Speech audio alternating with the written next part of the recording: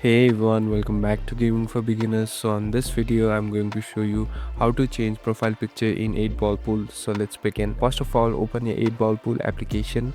Now here on the top, you can see this profile icon. Tap on this profile icon. So this interface pops up. So you can see your profile has been loaded.